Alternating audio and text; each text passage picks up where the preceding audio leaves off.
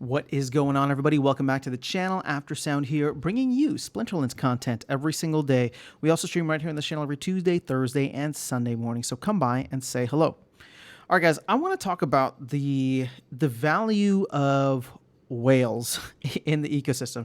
Now, this is not me being a whale lover or a whale hater or anything. I'm just trying to recognize the value of what whale players, and I want to say players because investors, I don't think it really captures it, right? You can call them player investors. You could probably call all of us player investors, but really the whale players, whale player investors are the ones that make the most significant impact in the market. If you're familiar with the 80-20 rule, right? 80% of the work is usually done by 20% of the people and vice versa, all that. So that, that principle applies here as well. And I want to share with you some data, but I'm doing this all in the context of this potential great purging that we're going to happen, right, for the proposal on the Riftwatcher burning. So I know some people are feeling somewhat strongly against it and they just don't see the need for it to happen.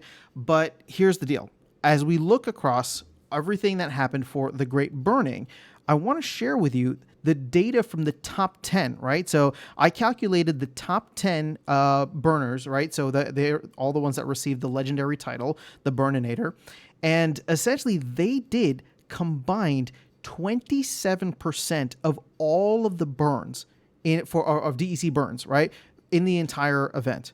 So what am I trying to get at here? It was over like 141 million, I think, or 140 something million DEC that they burned just by themselves. And here's the crazy part.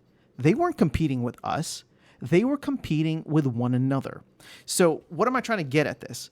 It's the concept that even if you are a smaller player or you don't feel the need to, you don't think that this is going to be something that you will necessarily partake in because you don't want to spend a lot, but maybe you're sitting on a good amount of SPS. I would actually highly encourage you to consider voting for this. And again, if you have another reason, I'm not trying to say that your reason is invalid. I'm just trying to give you a reason to vote for it because at the end of the day, you don't need to participate, or you can participate at a very small level and still get the benefits from it from an overall comprehensive perspective, the entire ecosystem getting positively impacted. So as I was saying, like had I not participated, had any of us not participated in the Great Burning, and I'm talking about the vast majority of people that spent less than a million DEC or something like that, had we not participated, we still would have burned 140, 150 million DEC with just the top 10. Now imagine the top 100 or top 200, I think is where the titles ended. I can't do the math there, but I can imagine that the top 200 out of the several thousand that might have participated did most of the work. So what I'm trying to get at here is you may not be for this, right? You may not think that you're planning to participate because the prizes are all just going to go to the whales anyway. But think about it this way. Sure, we're going to inflate the market with roughly 50,000 packs. We're going to inflate the market with maybe a couple more titles. And that may not be something that is appealing to you, or maybe it might be offensive to you if you think that, oh, it's just the whales that are going to get more anyway.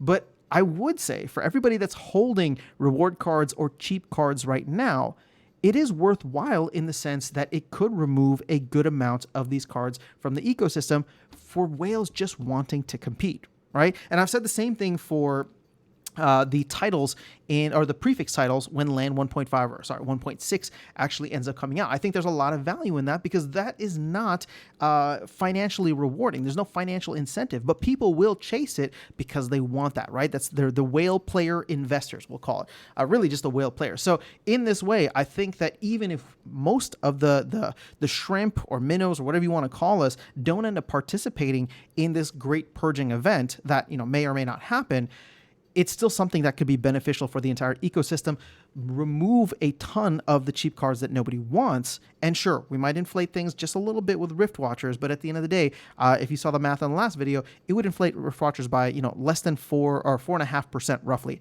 is what it would be. So again, is that a lot? Maybe for some people they would consider it, but I would say that Riftwatchers has held its value quite well, and there's a good chance that we still burn more than 50% of all packs out there. So if you're just thinking about it, if you're on the fence, like I said, just posting this video out there to give you context on how the Great Burning went and how I think the Great Purging could go if many of these top whale players end up deciding that they want to burn, hundreds or maybe even millions of cards at some point. So let me know your thoughts in the comments below. Otherwise, I will catch you all in the next video and see you around the game. Take care.